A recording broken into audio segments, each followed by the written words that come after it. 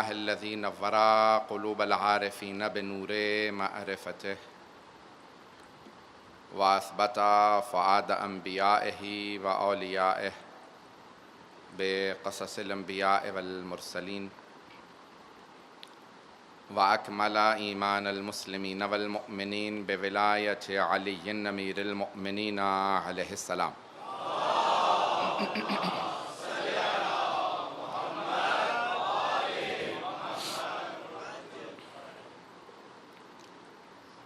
والصلاة والسلام والتحية والإكرام على أفضل الموجودات العبد المؤيد والرسول المسدد المصطفى الأمجد المحمود الأحمد أعني أبا القاسم محمد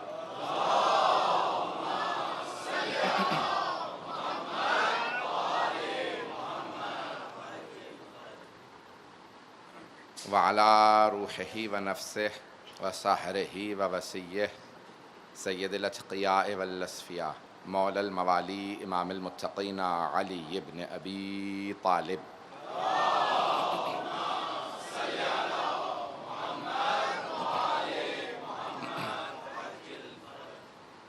وعلى أوصيائه لا سيما بقية الله في الأرضين روحي وأرواح العالمين لتراب مقدمه الفدا واللعنة الدائمة على أعدائهم أجمعين من الآن إلى قيام يوم الدين. أما بعد فقد قال سيد الساجدين وزين العابدين عليه الصلاة والسلام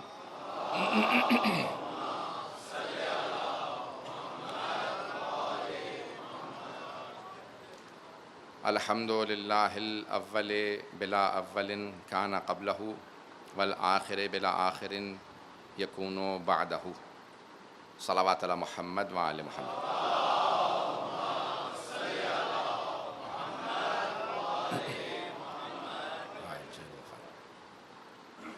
اس اشرے کا موضوع صحیفہ سجادیہ رہے گا جیسا کہ ہم نے کل رات آپ کی خدمت میں پیش کیا.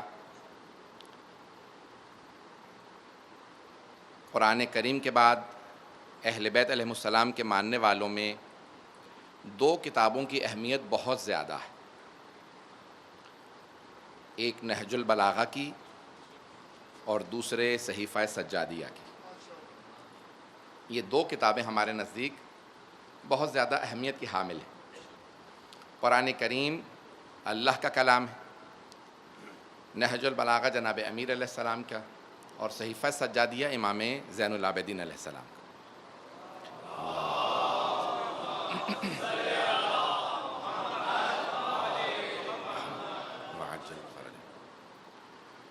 یوں تو ہمارے ہاں احادیث کے مجموعے بہت زیادہ ہیں, اور سب سے جو قدیمی ترین جو مجموعے ہیں وہ ائمہ علیہ السلام کی زندگی میں ان کے شاگردوں نے تالیف کیے.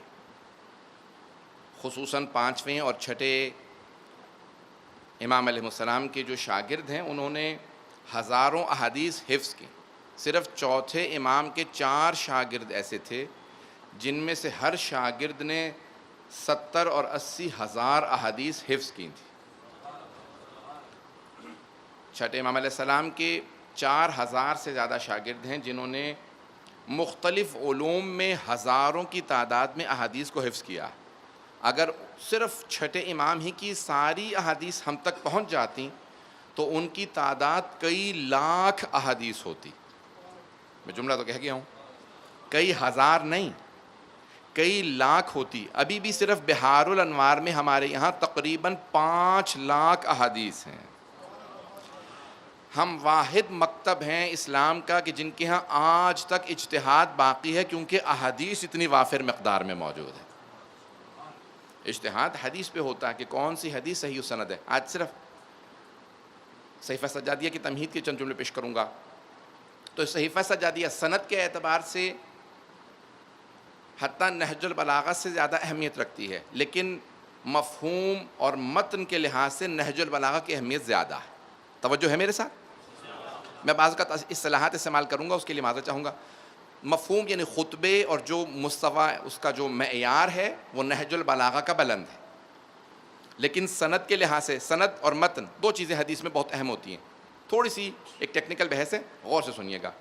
متن جو الفاظ ہیں، اور سند کس نے بیان کی ہے، کس سے بیان کی ہے، فرمان کس کا ہے؟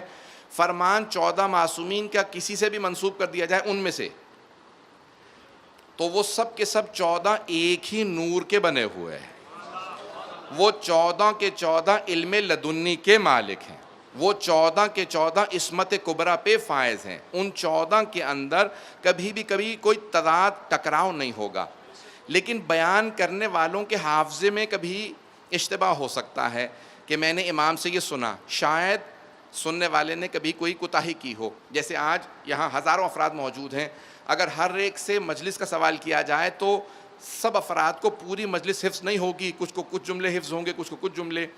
تو عزیزان گرامی، ائمہ سے سننے والوں سے متعلق علم رجال اور حدیث کی پوری بحث ہے. یہ جو بیان کرنے والے ہیں ان کو کہا جاتا ہے سند، حدیث کی سند کہا جاتا ہے، روات، راویان حدیث. اب تک تو ہیں مجمع میرے ساتھ؟ یہ جو بیان کرنے والے ہیں یہ راویان حدیث، راوی ایک اور روات عربی میں اس کی جمع ہے، اسے سند کہا جاتا ہے. کس نے بیان کی؟ تو اب سند کے لحاظ سے صحیفہ سجادیہ کی سند بہت بلند ہے. کیوں؟ کیونکہ خود امام سجاد نے اپنی دعاؤں کو خود اہتمام کرنے کے بعد اپنے دونوں بیٹوں کو دعائیں لکھوائیں.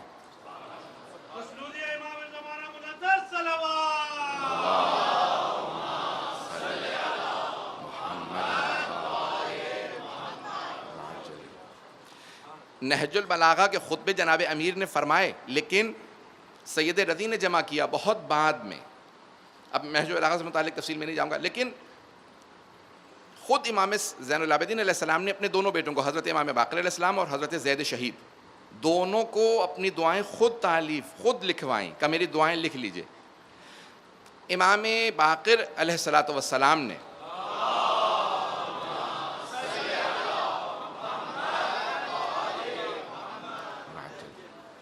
جو اپنا نسخہ تھا وہ اپنے بیٹے امام صادق علیہ السلام کو عطا کیا، اور امام صادق علیہ السلام سے چھٹے امام سے وہ ان کے شاگرد متوکل ابن ہارون تک پہنچا، اور وہ لکھا ہوا نسخہ آہستہ آہستہ معاشرے میں پھیلتا گیا.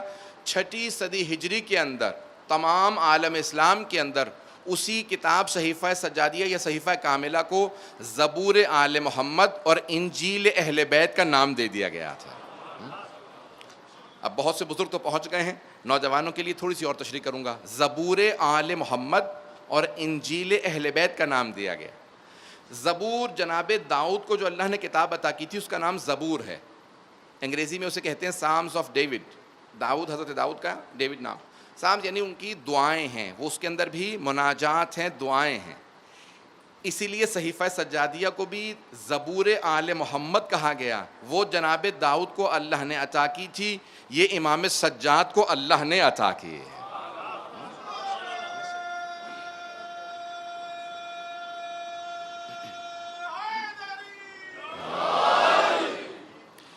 بات پہنچ رہی ہے عزیزان کرام؟ میں بہت سے چہروں پہ سوالیہ نشان دیکھ رہا ہوں. میں نے کہا جناب داؤد کو اللہ نے عطا کی تھی زبور، اور امام سجاد کو صحیفہ کاملہ صحیفہ سجادیہ اللہ نے عطا کی. مجھے بہت سے بزرگوں کی تو دعا مل گئی، داد مل گئی، لیکن جہاں سوالیہ نشان ہے تھوڑی تشریح کر دوں کہ بھئی کیسے عطا کی. وحی کا سلسلہ منقطع ہو گیا، اس کے بعد پھر اب وحی نازل نہیں ہو رہی. عزیزان گرامی، وحی نازل نہیں ہو رہی، لیکن قرآن کی آیت ہے وما ینطق عن الہویٰ ان ہوا الا وحی یوحیٰ. میرا حبیب تب تک کلام نہیں کرتا جب تک کہ وحی نازل نہ ہو جائے. اور پیغمبر نے کہا انہم منی وانا منہم، یہ مجھ سے ہیں میں ان سے ہوں، یہ مجھ جیسے ہیں. امت سے متعلق نہیں کہا کہ تم مجھ جیسے ہو، کہا آل مجھ جیسی ہے. تو آل بھی تب تک کلام نہیں کرتی جب تک کہ وحی نازل نہ ہو جائے. توجہ ہو. پھر بھی بہت سے چہروں پہ سوالیہ نشان ہے، تھوڑی سی اور تشریح کر دوں گا. مؤمنین سے متعلق، آپ جیسے مؤمنین سے متعلق قرآن کریم فرماتا ہے فَأَلْهَمَهَا فُجُورَهَا وَتَقْوَاهَا. اللہ کہتا ہے کہ تقوی سے پہلے الہام کی منزل ہے. توجہ، بہت سے لوگ پہنچ گئے. فَأَلْهَمَهَا فُجُورَهَا وَتَقْوَاهَا. اللہ کہتا ہے یہ جو میں نے انسان بھیجا ہے میں اسے الہام کرتا ہوں، ترقی دیتا ہوں، پھر متقی بنا دیتا ہوں. متقی سے پہلے الہام کی منزل ہے. خدا کہتا ہے میں تمہارے دلوں کے اندر ہدایت ڈالتا ہوں، تب جا کے متقی بنتے ہو. جب متقی کا درجہ ایسا ہے تو ائمہ متقین کیسے ہوں گے؟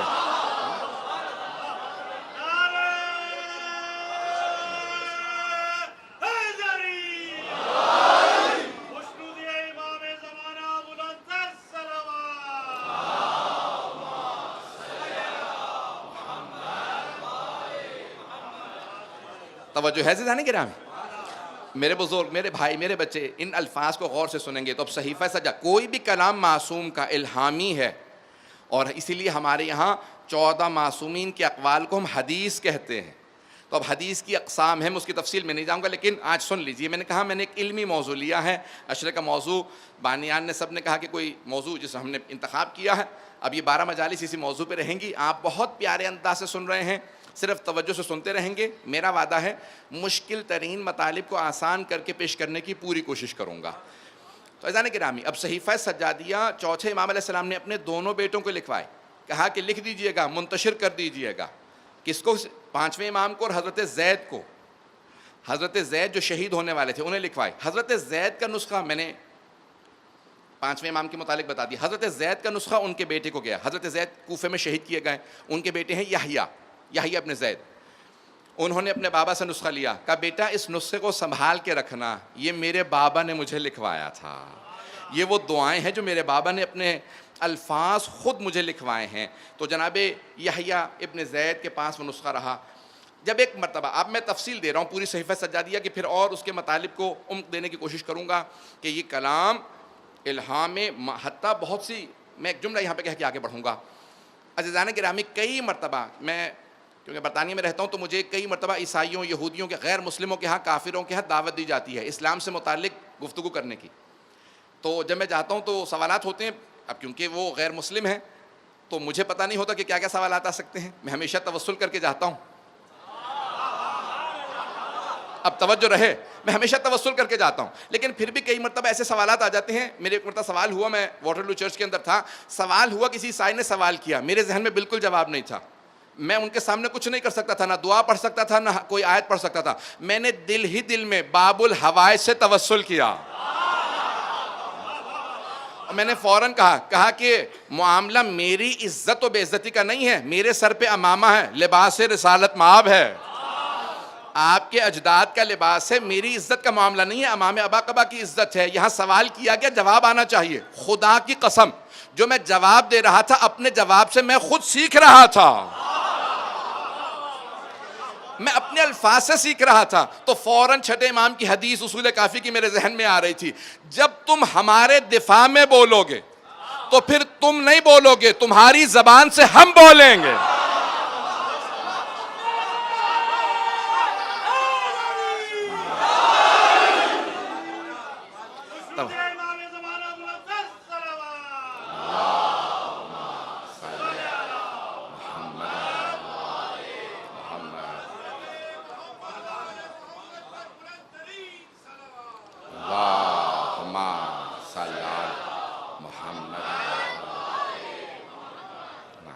عزیزان گرامی، کئی مرتبہ خود مومن اس کیفیت میں آ جاتا ہے کہ اسے محسوس ہو جاتا ہے، یقین ہو جاتا ہے یہ الفاظ میرے نہیں ہیں، الہامی کیفیت سے یہ جو الفاظ بتائیں. حتیٰ بہت سے شعر الہامی ہوتے ہیں.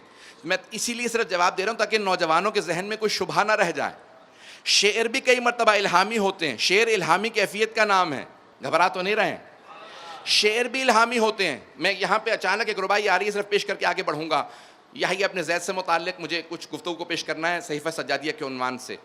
عزیزان گرامی، شعر بھی جب شاعر کہہ رہا ہوتا ہے، کئی مرتبہ خود نہیں کہہ رہا ہوتا، کہلوایا جا رہا ہوتا ہے. شعر بھی اس سے کہلوایا جاتا ہے. آپ نے مشہور و معروف ایک ربائی سن رکھی ہوگی، شاس حسین، بادشاہ حسین. یہ جو ربائی ہے خواجہ معین الدین چشتی کی، یہ علماء کہتے ہیں یہ الہامی ربائی ہے. خواجہ نے کہی نہیں ہے، ان سے کہلوائی گئی ہے. اب دیکھیں بہت سے لوگ پہنچ گئے ہیں. دیکھیں ربائی کہتے ہی اسے ہیں جس میں 4 مصرے ہوں، ربائی جس میں 4 مصرے ہوں. لیکن ربائی کے اندر لفظ حسین 5 بار آیا.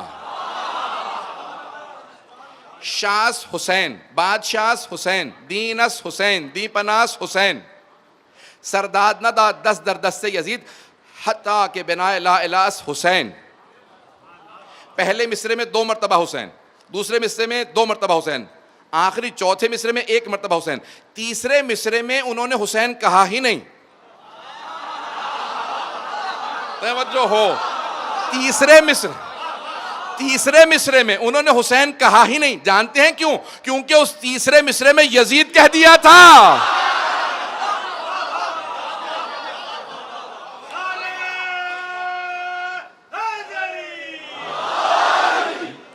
تو خود رباعی اور کلام شاعر بھی الہامی ہوتا ہے. معصوم سے متعلق کبھی شک نہ آنے دیجیے گا کہ جو کچھ کہتے ہیں الہام ہوتا ہے. یہاں تک چلیں، ایک اور حدیث اصول کافی کی طرف پیش کر کے آگے. حتیٰ یہ اس کی میں بہت تشریح کر سکتا ہوں، یہ خود ایک مجلس کا موضوع ہے. خواجہ معین الدین چشتی کی یہ رباعی ہے نا، اس کے لیے بہت کچھ کہا جا سکتا ہے. صرف ایک جملہ روک کے کہہ رہا ہوں. شاہ اس حسین، شاہ فارسی میں بادشاہ کو کہا جاتا ہے. جب شاہ کہہ دیا تھا تو پھر یہ کیوں کہا بادشاہ اس حسین؟ جس کی حکومت محدود ہو وہ شاہ ہے، جس کی حکومت کی حدود نہ ہو وہ بادشاہ ہے. پھر خواجہ دوسرے مصرے میں کہتے ہیں دین اس حسین، حسین دین ہے، حسین دین ہے، مالک یوم الدین، خدا روز جزا کا مالک ہے. دین والے دن کا مالک خدا ہے. خواجہ کہہ رہے ہیں وہ جس دن کا خدا مالک ہے وہ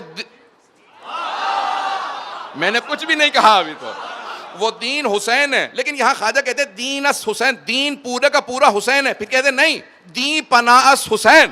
اگر دین کو بھی پناہ چاہیے ہو تو حسین کے پاس جاتا.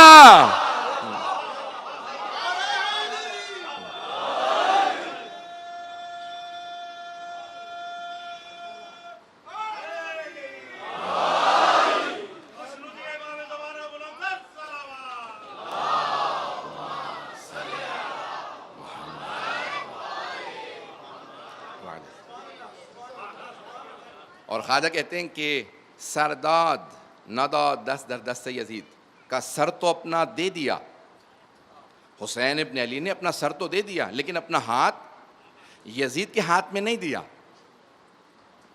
یزید نے کہا تھا یہ آپ ہاتھ دو بیعت کے لیے یا پھر سر قلم کر لوں گا، کہا سر تو دے دوں گا.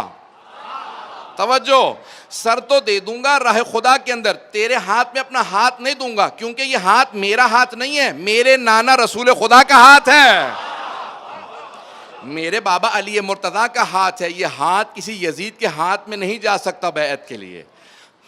حتیٰ کہ بنا لا الہ اس حسین، دیکھیں خواجہ نے بہت پیاری یہ روایت کہی، حتیٰ کہ بنا لا الہ اس حسین. حتیٰ وہ کہتے ہیں اگر لا الہ الا اللہ کی عمارت کی بنیاد کو بھی کھود کے دیکھو گے تو اس بنیاد میں حسین نظر آئے گا کہ لا الہ الا اللہ بھی حسین کے سہارے سے کھڑا ہے. توحید تو باقی ہوتی، کلمہ توحید پڑھنے والا کوئی نہ ہوتا. نہیں، میں اسے آگے نہیں پڑھوں گا. توحید، ذات توحید تو ہوتی، اللہ تو رہتا، اللہ ہے، ہمیشہ رہے گا. اللہ ہوتا لیکن لا الہ الا اللہ کہنے والا کوئی نہ ہوتا. کہہ رہے حسین نے جب بیعت کر لی تو کیسا لا الہ الا اللہ؟ حسین نے کہا پروردگارہ میں بیعت نہیں کروں گا کیونکہ میں جانتا ہوں میں تیرا نمائندہ ہوں، توحید کہیں نہیں جھکتی، میں نمائندہ پروردگار ہوں. خدا قدرت کو ضد. اللہ اکبر. یا رسول اللہ، یا اللہم صلی علی محمد وآل محمد وعجل. توجہ ہے عزیزان کرام، یہ ہم ایک ایسے دین کے ماننے والے ہیں جہاں ائمہ علیہم السلام نے راہ خدا میں ساری قربانیاں دیں. اب یحییٰ ابن زید خود شہید ہیں. آپ کے ذہنوں میں ہے کہ کربلا کا بدلہ لینے کے لیے جناب زید نے قیام کیا تھا کوفے میں، تو ائمہ علیہم السلام نے خود آپ کے بھائی نے 5ویں امام نے کہا کہ آپ کو شہید کر دیا جائے گا. جب متوکل ابن ہارون پہنچے کوفے، جب وہ کوفے سے نکل چکے تھے خراسان کے راستے میں تھے. متوکل ابن ہارون کون ہیں؟ صحیفہ سجادیہ کا جن کا نسخہ امام صادق نے انہیں عطا کیا تھا. ذہن میں رہے گا، میں نے بھی بتایا تھا پہلے بھی. متوکل ابن ہارون یہ امام کے شاگرد ہیں. وہ بادشاہ متوکل اور ہے، یہ امام کے شاگرد ہیں. متوکل ابن ہارون. الفاظ ذہن میں بیٹھ رہے ہیں میرے؟ تو عزیزان گرامی، وہ کہتے ہیں کہ میں ان سے اس وقت ملا، 2 نسخے صحیفہ سجادیہ کے چوتھے امام نے اپنے دونوں بیٹوں کو عطا کیے, دونوں کو لکھوایا, پانچویں امام کو اور حضرت زید. حضرت زید کا نسخہ ان کے بیٹے یحییٰ ابن زید کو گیا. یحییٰ ابن زید کہاں جا رہے ہیں؟ کوفے سے خراسان کی طرف, مشہد کی طرف جا رہے ہیں. راستے میں متوکل ابن ہارون سے ملاقات ہوتی ہے. ایک مرتبہ جب ملے تو کہا فرزند رسول آپ کی عظمتوں کو سلام ہو, آپ کو تسلیت پیش کرتا ہوں, آپ کے بابا کو شہید کر دیا گیا جیسے آپ کے اجداد شہید ہیں. کہا کہاں سے آ رہے ہو متوکل؟ کہا میں مدینے سے آ رہا ہوں. کہا ہمارے جو مولا اور آقا جعفر ابن محمد ہیں, امام جعفر صادق علیہ الصلوۃ والسلام,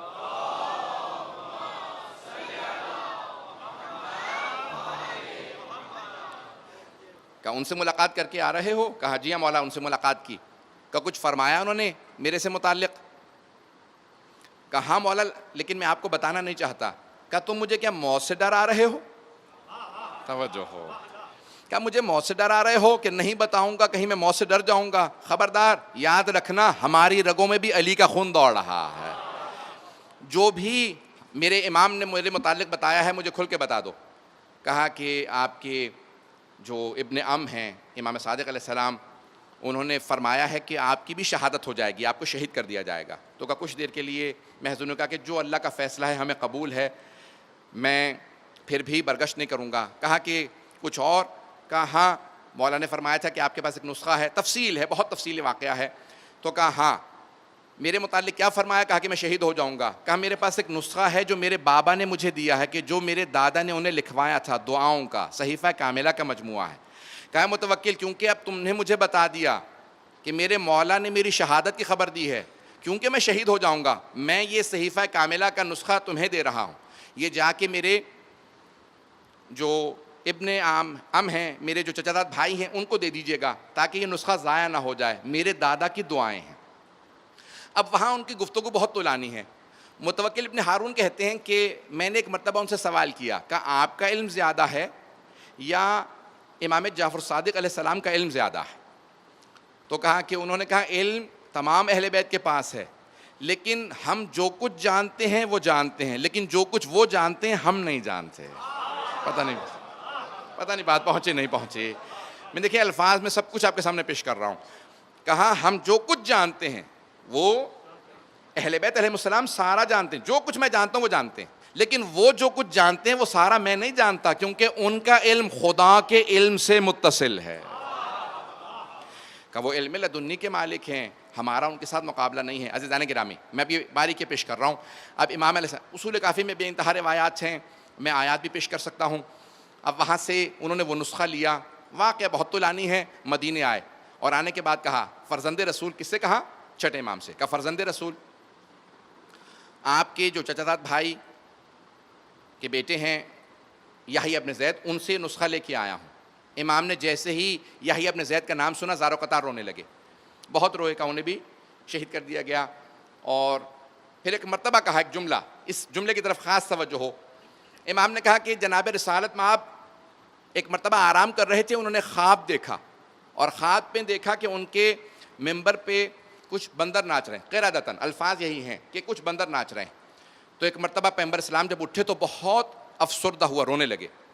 جناب جبرائیل نازل ہوئے اور فوراً یہ آیت سورہ اسراء, سورہ بنی اسرائیل یا اسراء, سورہ نمبر 17 آیت نمبر 60 کا یہ آیت لے کے نازل ہوئے. وما جعلنا الرؤیا, یہ جو آپ نے خواب دیکھا ہے اے میرے حبیب, اللہ نے آیت نازل کی جناب رسالت, وما جعلنا الرؤیا التی اریناک, ہم نے جو آپ کو خواب دکھایا ہے, الا فتنۃ للناس, یہ جو فتنہ برپا ہونے والا ہے ہم نے آپ کو پہلے دکھایا ہے. ایک فتنہ برپا ہوگا آپ کی امت کے اندر. والشجرۃ الملعونہ فی القرآن, اور یہ جو قرآن کے اندر شجرہ ملعونہ کہا گیا, دو الفاظ آئے ہیں قرآن کے اندر, ایک ہے شجرہ طیبہ پاک درخت, کچھ لوگ تو پہنچ گئے, اور دوسرا کا شجرہ ملعونہ یا شجرہ خبیثہ, ملعون درخت. کہا یہ وہی جو قرآن کے اندر شجرہ ملعونہ کہا گیا ہے, یہ وہی فتنہ ہے جو آپ نے دیکھا کہ آپ کے بعد ممبروں پہ لوگ آ جائیں گے اور بندروں کی طرح سے ناچیں گے. تو کہا کہ یہ کون ہوں گے؟ کہا اللہ سبحانہ و تعالیٰ نے یہ آیات نازل فرمائی ہے کہ یہ بنو امیہ کے لوگ ہوں گے جو آپ کے خون کو بہائیں گے, بنو امیہ کے افراد. اب میں نام نہیں لوں گا کہ کون کون افراد ہیں، یزید بھی انہی میں سے ایک نام ہے۔ تو کب بنو امیہ کے لوگ ممبر پہ آئیں گے آپ کے اور وہ بے انتہا بے حرمتی کریں گے، اور خدا گواہ ہے شیعہ سنی مورخین نے لکھا ہے کہ کئی مرتبہ علماء کا لباس پہنا کے بندروں کو یزید ممبر پہ بٹھایا کرتا تھا، اور جناب رسالت مآب کی اور ائمہ علیہ السلام کی توہین کیا کرتا تھا کہ بھئی یعنی لباس رسالت مآب یعنی جس حد تک ہو سکتا تھا۔ تو حبیب خدا بہت روئے۔ امام صادق علیہ السلام نے فرمایا، کہا کہ آج جو تم دیکھ رہے ہو نا کہ یہ جو امام حسن مجتبیٰ کی اور چوتھے امام زین العابدین علیہ السلام کی نسل سے خون بہایا جا رہا ہے عراق میں، ایران میں، جو اس وقت بنو امیہ کی طرف سے، کہا یہ رسول خدا کو اس آیت کے اندر بتایا گیا کہ اے میرے حبیب جو ہم نے آپ کو خواب دکھایا ہے یہ وہی شجرہ ملعونہ ہے، یہ وہی بنو امیہ جن کو شجرہ ملعونہ کہا گیا ہے، یہ آپ کی نسل کا خون بہائیں گے۔ تو حبیب خدا بہت روئے اور آنکھوں میں آنسو بہنے لگے، کہا یا پروردگارہ میری نسل کے اوپر پھر بھی ظلم ہوتا رہے گا؟ کہا لیکن ایک ایسا وقت آئے گا اللہ آپ کی نسل کو پوری دنیا میں پھیلا دے گا۔ اب تفصیل میں نہیں جا رہا ہوں، لیکن ائمہ نے فرمایا ہے دنیا میں کہیں پہ بھی چلے جائیں گے تو آپ کو سادات نظر آئیں گے۔ ممکن ہی نہیں ہے کہ دنیا کا کوئی ایسا خطہ ہو جہاں سادات نہ ہو، یہ اللہ کا وعدہ ہے۔ اگر آج آپ کو پوری دنیا میں سادات نظر آئیں سمجھ لیں یہ اللہ نے رسول خدا سے وعدہ کیا۔ ایسا نہیں کہ اس مقام پہ امام نے کہا کہ میرے چچا داد بھائی نے آپ سے کیا کہا، میں تاریخ پیش کرنے پہ مجبور ہوں، پھر حدیث کی اس کو میں پیش کروں گا اب، کیونکہ صحیفہ سجادیہ کی تاریخ کو اگر نہ پیش کروں تو پھر میں اشرا نہیں پڑھ پاؤں گا۔ اب تک توجہ ہے میرے ساتھ؟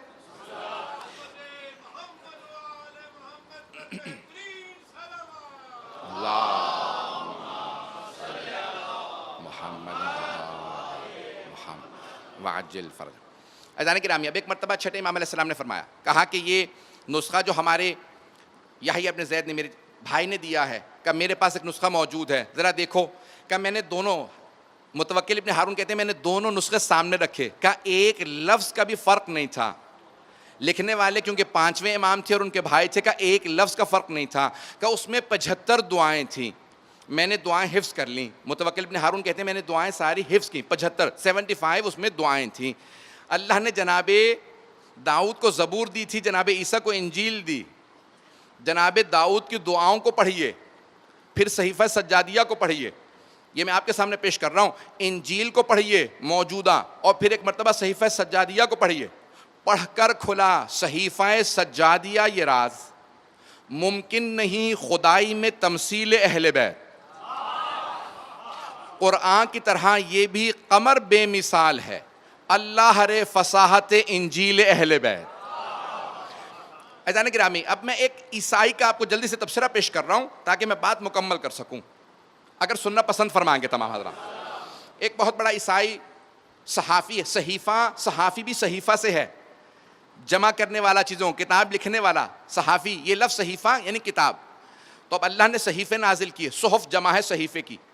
اب سن لیجئے گا، بہت بڑا صحافی ہے، شاید میں نے کبھی پیش کیا ہو، اب میرے ذہن میں نہیں ہے کس مقام پہ پیش کیا ہے یہ واقعہ۔ برطانیہ کے سب سے بڑے جو اخبار ہیں ان میں سے ایک اخبار کا نام ہے دا گارڈین۔ اب مجھے اخبار کو پروموٹ نہیں کرنا، میں یہاں کسی اخبار کی پروموشن کے لیے نہیں بیٹھا، لیکن پیش کرنا مقصود اس لیے ہے کہ مسلمانوں کا اخبار نہیں ہے، شیعوں کا اخبار نہیں ہے، انگریزوں کا، عیسائیوں کا اخبار ہے۔ اس میں ایک آرٹیکل چھپا 1994 میں، 1994 میں، 93 یا 94 میں، 24-25 برس پہلے۔ ایک عیسائی کہتا ہے مجھے پچھلے دنوں ایک مسلمان نے کتاب دی انگریزی کے اندر، نام ہے سامز آف اسلام، صحیفہ سجادیہ کا انگریزی ترجمہ، کہ جب میں نے وہ کتاب پڑھی تو مجھے تعجب ہوا کہ مسلمانوں میں کوئی ایسا علم رکھنے والا ہے جس نے داؤد کی زبور اور عیسیٰ کی انجیل سے بہتر دعائیں مانگی ہیں۔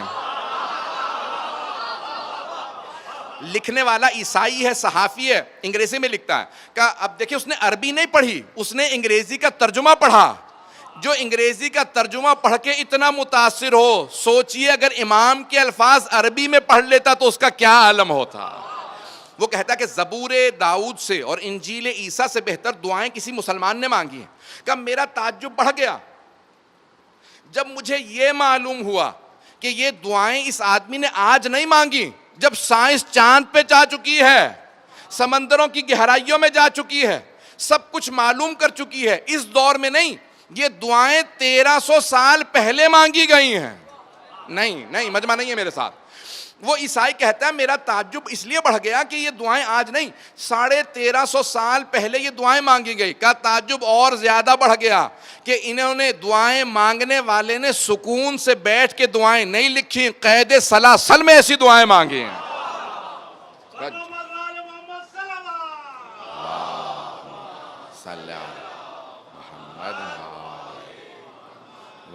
وہ عیسائی کہتا ہے کہ اگر کسی کی قید سلاسل میں دعائیں ایسی ہوں, اگر انہیں سکون ملا ہوتا تو وہ کیسی دعائیں مانگتے.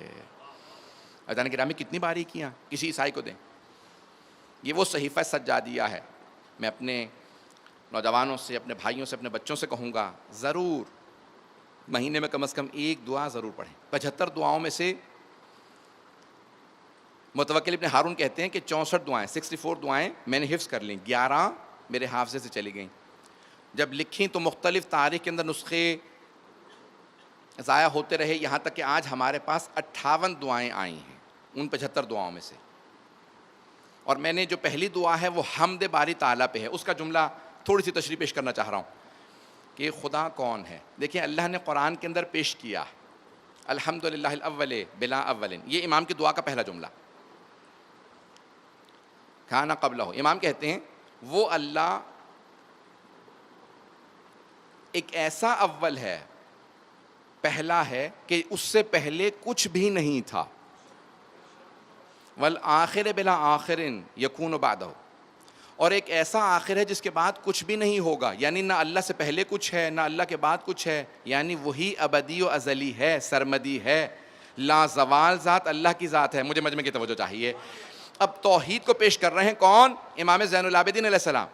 قرآن نے توحید کو سمجھایا ہے, لیکن قرآن کی تشریح وہی کر سکتا ہے یا جس پہ قرآن نازل ہوا ہو, یا وہ تفسیر پیش کر سکتا ہے جو اس نازل ہونے کے بعد اس قرآن کا وارث ہو. تفسیر صرف وہی کر سکتا ہے. اب امام نے یہاں جملہ کہا ہے کہ تمام کی تمام ابصار, دیکھنے والی آنکھیں اللہ کی رؤیت سے, دیکھنے سے عاجز ہیں. کوئی آنکھ اللہ کو دیکھ نہیں سکتی. میں نے کہا ہے پہلے ہی علمی موضوع ہے اور میں پیش کرنے پہ مجبور ہوں. جو کچھ پیش کروں گا صحیفہ سجادیہ پیش کروں گا, تو جب تک آپ توجہ رکھیں گے بات واضح ہوتی رہے گی. اذان گرامی امام فرماتے ہیں کہا اللہ ہر شے سے پہلے, اور کہا وہ ہے کہ جس کو آنکھیں دیکھ نہیں سکتی, عاجز ہیں دیکھنے سے. قرآن نے بھی لکھا لن ترانی موسیٰ کبھی بھی ہرگز ہرگز آپ مجھے دیکھ نہیں سکتے.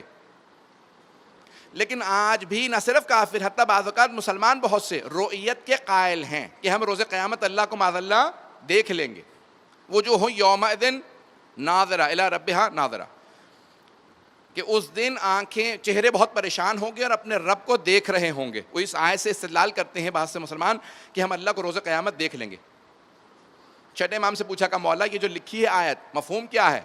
مولا نے کہا یہاں اللہ کو دیکھنا مقصود نہیں ہے, بلکہ جب سارے چہرے پریشان ہوں گے تو رحمت پروردگار سے امید لگائے دیکھ رہے ہوں گے, اگر پہنچ جائیں. آپ اردو میں بھی کہتے ہیں کہ ہم جب بھی پریشان ہوتے ہیں ہم آپ کی طرف دیکھتے ہیں. یہاں پہ دیکھنا یہ لفظی معنی میں نہیں ہوتا, بلکہ یعنی امید رکھتے ہیں. مولا فرماتے ہیں یہ سب آنکھیں دیکھ رہی ہوں گی بغیر ہمارے کوئی سمجھ نہیں سکتا. مولا فرماتے ہیں یہ دیکھ اللہ کے وجود کو, جس اللہ جسم نہیں ہے, اس کا وجود جسم نہیں ہے کہ لوگ دیکھ سکیں. کہا اس لیے کوئی اللہ کو نہیں دیکھ سکے گا, لیکن رحمت پروردگار کی طرف سب کی امید ہوگی. اب چوتھے امام اس دعا کے اندر تشریح کر رہے ہیں. میں نے کل عرض کیا تھا کہ امام کو خطبے دینے پہ پابندی تھی, ائمہ خطبے دیتے تھے. چوتھے امام پہ پابندی لگائی واقعہ کربلا کے بعد. اس سے پہلے تو سید الشہداء خود خطبہ دیتے ہیں. جب واقعہ کربلا کے بعد آپ پہ پابندی لگا دی گئی, خطبہ نہیں دے سکتے آپ. امام نے حتیٰ جو دربار یزید میں خطبہ دیا اس پہ بھی پہلے روک دیا گیا تھا, بعد میں خطبہ دیا. ہر جگہ نہیں آپ خطبہ نہیں دے سکتے. امام نے کہا ٹھیک ہے خطبے سے روک سکتے ہو, دعا مانگنے سے تو نہیں روک سکتے. اب جب امام دعا مانگتے تھے تو دعا ہی کے اندر سارے معارف کو پیش کیا کرتے تھے. اس میں توحید بھی ہوتی تھی, نبوت بھی تھی, امامت بھی تھی, احکام بھی تھے, ظالموں کے خلاف بھی تھا, جو کچھ تھا امام نے سارے معارف کو دعا کی شکل کے اندر بنا کے پیش کیا. اب آئیے ذرا پیش کر رہا ہوں, سارے علم کلام کے مباحث کو آپ اس دعا کے اندر پائیں گے, اور میں لازماً پیش کروں گا, جانتا ہوں علمی موضوع ہے, اور پیش کر کے انشاءاللہ آپ کی خدمت میں پھر چند جملے آخر میں مصائب کے. عزیزان گرامی, اب امام توحید پیش کر رہے ہیں کہ خدا کو دیکھا نہیں جا سکتا, عاجز ہیں آنکھیں اللہ کو دیکھنے سے. میں اس کی تشریح کرنا چاہ رہا ہوں, مجمع کی توجہ رہے میرے ساتھ. عاجز ہیں آنکھیں, لفظ امام استعمال کر رہے ہیں عاجز ہیں. عجز اور عاجزی یعنی جب انسان کے اندر صلاحیت ہی نہ ہو اسے عاجزی کہا جاتا ہے. اسی سے لفظ معجزہ بھی نکلا ہے. قرآن معجزہ ہے, یعنی انسان عاجز ہے قرآن جیسی کتاب لانے سے. امام فرماتے ہیں جس طرح سے کوئی قرآن جیسی کتاب نہیں لا سکتا, اسی طرح سے اللہ کو دیکھنے سے عاجز ہے. عاجز ہے دیکھنے سے نہیں. تب تک مجھے واہ کچھ نہیں چاہیے جب تک کہ میں جملہ سمجھا نہ لوں. اب مجھے سارے مجمع کی توجہ چاہیے. امام فرماتے ہیں عاجز ہے انسان اللہ کو دیکھنے سے. کیوں عاجز ہے؟ کیونکہ انسان خود جسم ہے اور آنکھوں سے دیکھتا ہے. آنکھیں جہت کی محتاج ہیں. جہت یعنی ڈائریکشن. چند چیزوں کے بغیر میں اور آپ دیکھ نہیں سکتے. جب تک کہ روشنی نہ ہو, نور نہ ہو, میں اور آپ دیکھ نہیں سکتے. اندھیرے میں ہمیں کچھ نظر نہیں آتا. پہلی چیز دیکھنے کے لیے ہے نور شرط. دوسری جہت. جب میں اس طرف دیکھ رہا ہوں تو مجھے نہیں پتا پیچھے کیا ہو رہا ہے. جب میں دائیں دیکھوں تو بائیں کو نہیں دیکھ سکتا. توجہ. انسان جہت ڈائریکشن. انسان جس جہت میں دیکھتا ہے, 6 جہات ہیں, اوپر نیچے دائیں بائیں سامنے پیچھے, 6 جہات ہیں. انسان جب ایک جہت میں دیکھتا ہے تو دوسری جہت میں نہیں دیکھ سکتا. جو چیز جہت میں آ جائے وہ جہت میں محدود ہو جاتی ہے. اگر بات پہنچ جائے, جو چیز نظر میں آ جائے, بینائی میں آ جائے, وہ جہت میں محدود ہو جاتی ہے. اللہ لامحدود ہے. اگر اس طرف ہو تو اس طرف نہیں ہے. اللہ کہتا ہے میں محدود نہیں ہوں. جو تم دیکھ رہے ہو تمہارے دیکھنے کی ایجاد ہے. میں ایجاد سے بالا تر ہوں. میں ایجاد کرتا ہوں, مجھے کوئی نہیں دیکھ سکتا. اگر بات پہنچ گئی ہو. یہ توحید کے کس زاویے کو امام پیش کر رہے ہیں؟ امام فرماتے ہیں عاجز ہے انسان. عاجز ہے خدا کو دیکھنے سے. پھر اگلے جملے میں کہتے ہیں کہ اس نے اس ساری کائنات کو بنایا ہے. اور پھر جملہ کہتے ہیں کیسے؟ اختراعً, جدید بنایا. میں اور آپ اگر کوئی چیز بنانا چاہتے ہیں نا تو ہمارے سامنے کوئی مثال موجود ہو تو ہم بنا پاتے ہیں. آپ میں سے کوئی آدمی کہے میں اسی ممبر جیسا ممبر بنانا چاہتا ہوں, تو آپ ممبر کو دیکھیں گے پھر ممبر بنائیں گے. امام کتنی باریکی سے توحید کو پیش کر رہے ہیں. کہا اللہ کے سامنے اتنی بڑی کائنات کی کوئی مثال موجود نہیں تھی, اس نے ایسی کائنات بنائی ہے. کہ ساری کائنات کو اس نے خلق کیا بغیر کسی مثال کے. اس نے کسی شے کو دیکھے بغیر اتنی دقیق, اتنی دقت سے کائنات کو بنایا ہے کہ کوئی شے دوسرے سے ٹکراتی نہیں ہے, کہیں کوئی تصادم نہیں پایا جاتا. اور کہا اسی لیے اسی کی ذات سجدے کے لائق ہے. اور یہ کون سمجھا سکتا ہے؟ جس کا اپنا لقب سید الساجدین ہو. صرف ایک واقعہ پیش کروں گا, کل تفصیل سے آپ کے سامنے مطالب کو پیش کروں گا. آج میں نے ساری آپ کے سامنے صحیفہ سجادیہ کی تاریخ کو پیش کیا ہے. صحیفہ کاملہ, الصحیفۃ الکاملہ. امام کا لقب ہے سید الساجدین. سننا پسند فرمائیں گے؟ امام زین العابدین کی خوشنودی کے لیے بآواز بلند صلوات پڑھیں گے.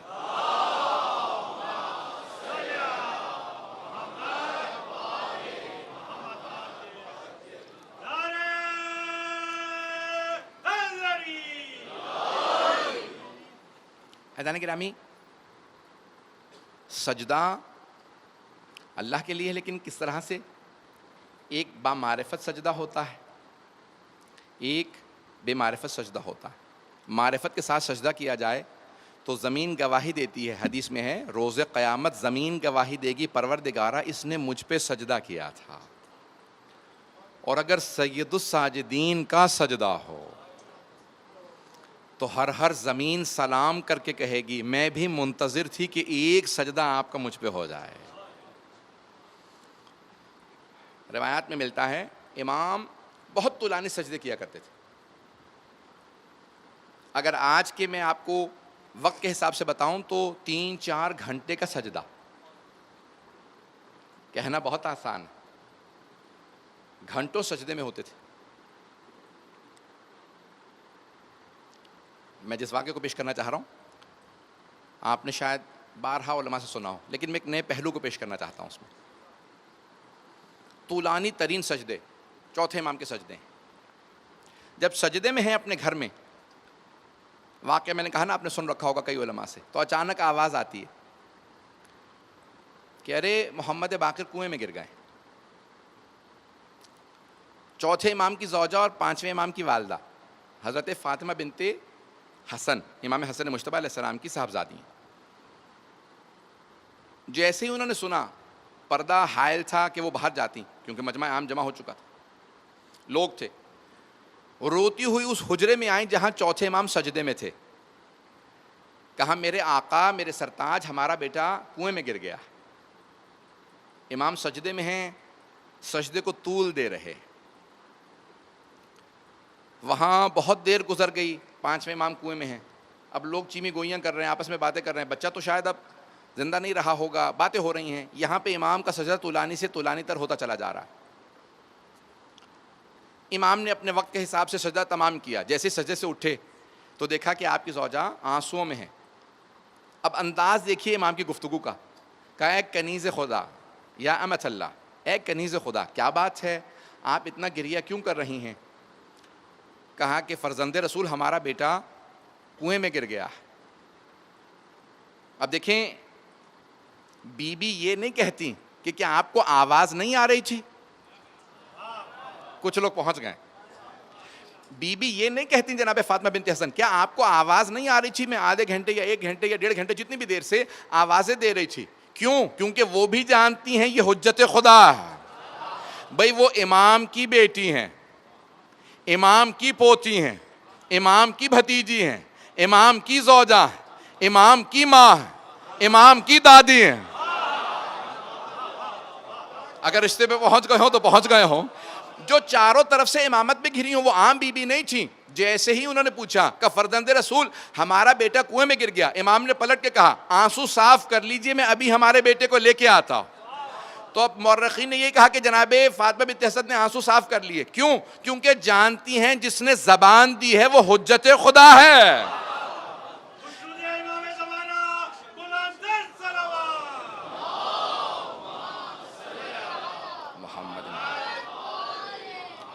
بھئی وقت نہیں رہ گیا, میں مکمل کر لوں واقعہ, مجھے مصاحب کو بھی پیش کرنا ہے.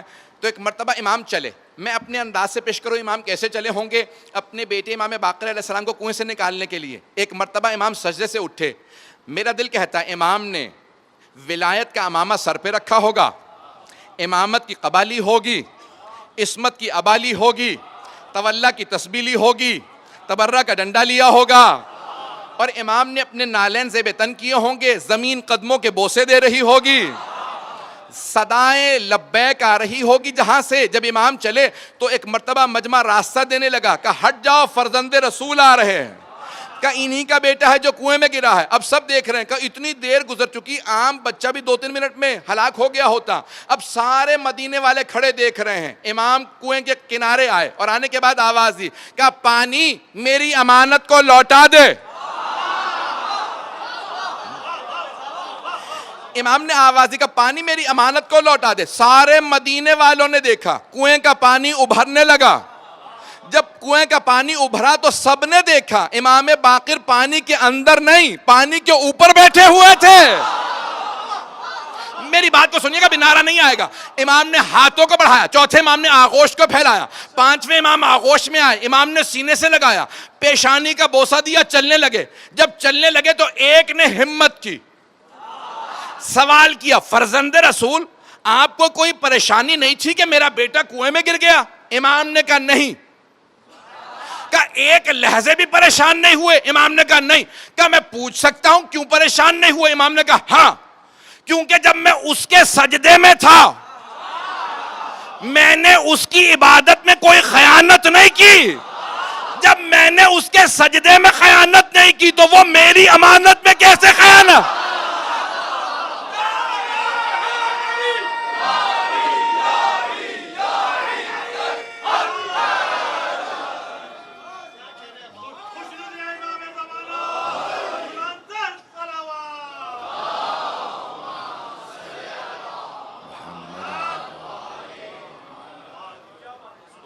توجہ فرمائیے جان گرا کہ جب میں نے اس کے سجدے میں خیانت نہیں کی جیسا سجدے کا حق تھا. آپ نے سن رکھی ہے حدیث, شیعہ سنی کتابوں میں ہے, الصلاۃ معراج المؤمن, نماز مومن کی معراج ہے.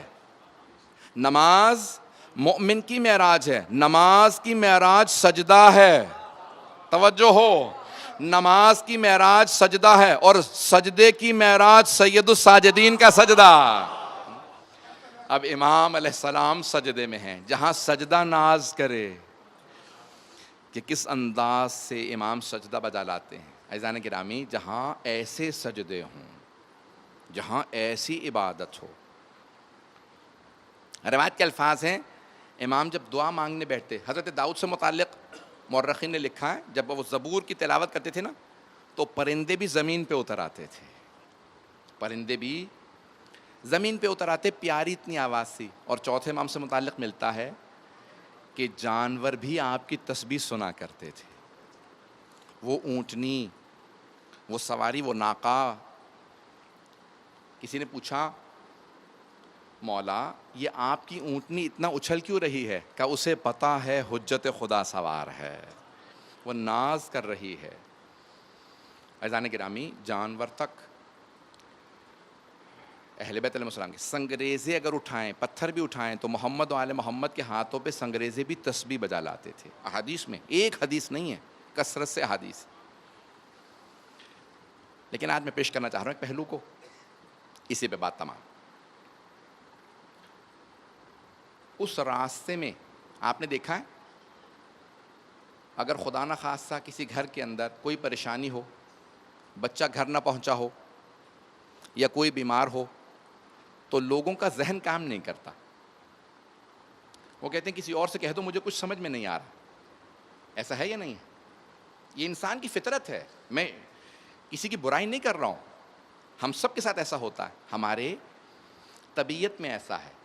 میں اپنے بچوں سے محبت کرتا ہوں نا, تو بچوں کی پریشانی کی وجہ سے میرے ذہن پہ اثر ہوگا, میرے اعصاب بہت کمزور ہو جائیں گے, تڑپنے لگوں گا, ارے میرا بچہ بیمار ہے.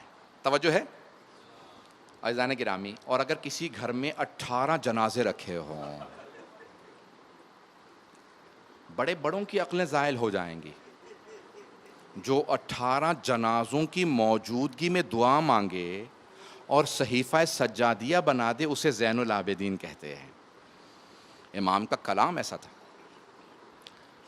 آج چاند رات ہے, کیونکہ پہلے عشرے میں عموماً بیویوں کے مصائب نہیں آتے, تو میں آج سوچ رہا تھا کہ مجھے موقع مل گیا, ایک کل کی مجلس اضافی مجلس تھی, تو میں بیویوں سے متعلق چند جملے پیش کر دوں آپ کی خدمت میں.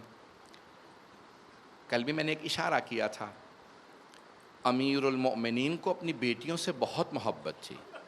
ہر باپ کو بیٹیوں سے محبت ہوتی ہے, لیکن اگر باپ علی جیسا ہو اور بیٹیاں زینب ام کلثوم جیسی ہوں تو محبت بڑھ جاتی ہے. جب آپ نے اپنا دارالخلافہ منتقل کیا مدینے سے کوفے کی طرف, تو ایک مرتبہ امام حسن مجتبیٰ سے کہا, بیٹا حسن, مجھے میری بیٹیاں بہت یاد آ رہی ہیں, بیٹا آپ خود مدینے جائیے, میری بیٹیوں کو لے آئیے. لیکن جب امام حسن مجتبیٰ جانے لگے تو ایک جملہ کہا, علیک باللیل, بیٹا رات میں سفر کیجئے گا. ارے میں جملہ کہہ گیا ہوں, رات میں سفر کیجئے گا. کیوں؟ یہ اس بی بی کی بیٹیاں ہیں جس کا جنازہ بھی رات میں اٹھا تھا. بیٹا رات میں سفر کیجئے گا. کاش میں پڑھ پاؤں آج کا مسائل. کہا بیٹا رات میں سفر کیجئے گا. کہا بابا جیسا آپ نے کہہ دیا. امام حسن مجتبیٰ مدینے پہنچے, بہنوں نے جیسے ہی دیکھا, کہا بھیا کیا خوشخبری لائے ہیں؟ کہا بابا نے کوفے بلایا ہے. ساری بیٹیاں بہت خوش ہوئیں. کہا بابا نے بلایا ہے؟ کہا ہاں, ہم سب چلیں گے. جناب امیر سے بہت محبت تھی بیٹیوں کو, ساری بیٹیاں تیار ہو گئیں. کہا ہم سب کے سب کوفے چلیں گے. رات میں سفر ہوتا تھا. جیسے ہی کوفے کے باہر قافلہ پہنچا, امام حسن مجتبیٰ نے قافلے کو روکا اور خود اکیلے گئے. امیر المومنین خطبہ دے رہے تھے. جیسے ہی امام حسن کو دیکھا, فوراً کہا علیک باللیل, بیٹا رات کا انتظار کیجئے گا. اب میری طرف دیکھیے گا. مولا نے کوفے والوں سے کہا, کب؟ 36 ہجری میں, 61 ہجری نہیں ہے. کہا کوفے والوں, آج رات کوئی اپنے گھر سے باہر نہ نکلے, آج نبی کی نواسیاں کوفے میں آ رہی ہیں. آج جناب رسول خدا کی نواسیاں آ رہی ہیں، آج میری بیٹیاں کوفے میں آ رہی ہیں، سب کوفے والے اپنے اپنے گھروں میں چلے گئے، جناب امیر آئے بیٹیوں کے استقبال کے لیے۔ ایک مرتبہ کہا بیٹا حسن مجتبیٰ، اس ناقہ کی، اس اونٹنی کی مہار میرے ہاتھ میں دے دیں جس پہ زینب سوار ہے، میں اپنی بیٹی کو خود کوفے میں لے کے جاؤں۔ دیکھیں کتنی محبت کا اظہار فرما رہے ہیں۔ اونٹنیاں موجود ہیں، مولا نے اس ناقہ کی مہار ہاتھ میں لی جس پہ جناب زینب ہیں، اپنے ہاتھ سے مہار تھام کے مولا کوفے میں اپنی بیٹی کو لے کے آ رہے ہیں۔ ایک مرتبہ مولا نے آواز دی، بیٹی زینب، کہا جی بابا جان، کہا بیٹی ذرا عماری کا پردہ ہٹائیے گا۔ جناب زینب نے عماری کا پردہ ہٹایا، کہا جی بابا جان فرمائیے۔ جناب زینب نے جیسے مولا مشکل کشا کو دیکھا نا، تو جانتے مولا نے کیا کہا؟ کہا بیٹی غور سے دیکھ لو، یہ کوفے کا پہلا چوک ہے۔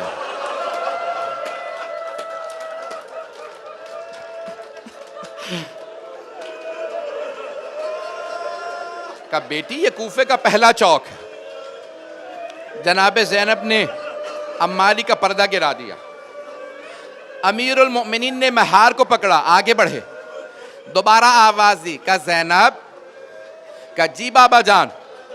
جناب امیر نے کہا بیٹی عماری کا پردہ ہٹائیے۔ جناب زینب نے عماری کا پردہ ہٹایا۔ جناب امیر نے کہا بیٹی زینب غور سے دیکھ لیجئے، یہ کوفے کی پہلی گلی ہے۔ جناب زینب نے گلی کو دیکھا، پردہ گرا دیا۔ کچھ آگے بڑھے تھے، جناب امیر نے آواز دی، کہا بیٹی زینب عماری کا پردہ ہٹائیے۔ بی بی نے اب جب تیسری مرتبہ پردہ ہٹایا، کہا بابا جان فرمائیے۔ کہا بیٹی غور سے دیکھ لو، یہ کوفے کا بازار ہے۔ اب جناب زینب سے رہا نہ گیا، کہا بابا یہ چوک، یہ گلیاں، یہ بازار آپ عباس کو دکھائیں، محمد حنفیہ کو دکھائیں۔ بابا میں بازاروں میں نہیں آؤں گی، بابا میں گلیوں میں نہیں آؤں گی، بابا میں چوک میں نہیں آؤں گی۔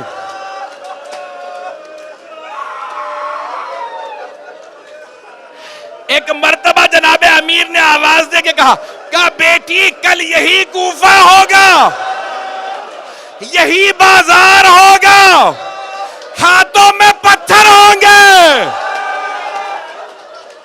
علی کی بیٹیاں ہوں گی۔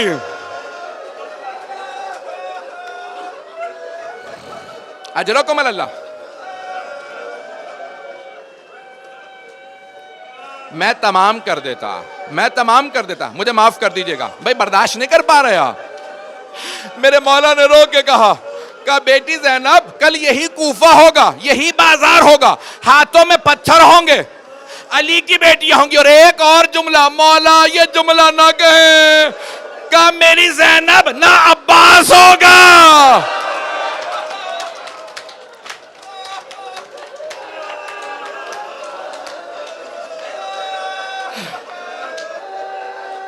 نہ علی اکبر، نہ محمد۔ اجرکم اللہ۔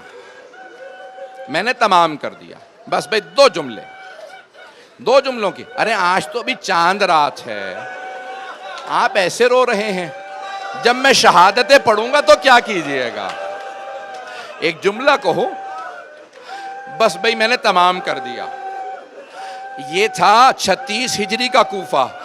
جب 61 ہجری آئی، 12 محرم کو بیبیاں کوفے میں آئیں، اے کاش کوئی پھول بھی نہ مارتا، جناب امیر کی بیٹیوں کو کوئی پھول بھی نہ مارتا، لیکن لوگوں نے پتھر مارے۔ جب لوگ پتھر مار رہے تھے نا، اچانک ایک طرف سے آواز آئی، السلام علیکہ یا ابا عبداللہ۔ کچھ کہتے ہیں یہ کوفے کی روایت ہے، کچھ کہتے ہیں شام کی روایت ہے، مجھے بحث نہیں، لیکن آواز آئی، السلام علیکہ یا ابا عبداللہ الحسین۔ اے ابا عبداللہ الحسین، آپ کی عظمتوں کو سلام۔ جناب زینب نے سوال کیا، بیٹا سجاد، اس غربت کے عالم نے کس نے میرے بھائی کو سلام کیا؟ امام سجاد رونے لگے، کہا پھوپھی اماں کوفے کے دروازے پہ دیکھیں، ایک سر لٹکا ہوا تھا، ساری بیبیاں گزر گئیں، ایک بی بی رک گئی، اس بی بی کا نام رقیہ بتایا جاتا۔ وہ بی بی کہنے لگے مسلم، جو آپ پہ بیتی مجھے پتا چل گیا، جو مجھ پہ گزری آپ کو پتا، مسلم مجھے اتنا بتا دے میرے 2 یتیم بچے کہاں ہیں؟ الا لعنت اللہ علی القوم الظالمین وسيعلم الذين ظلموا أي منقلب ينقلبون۔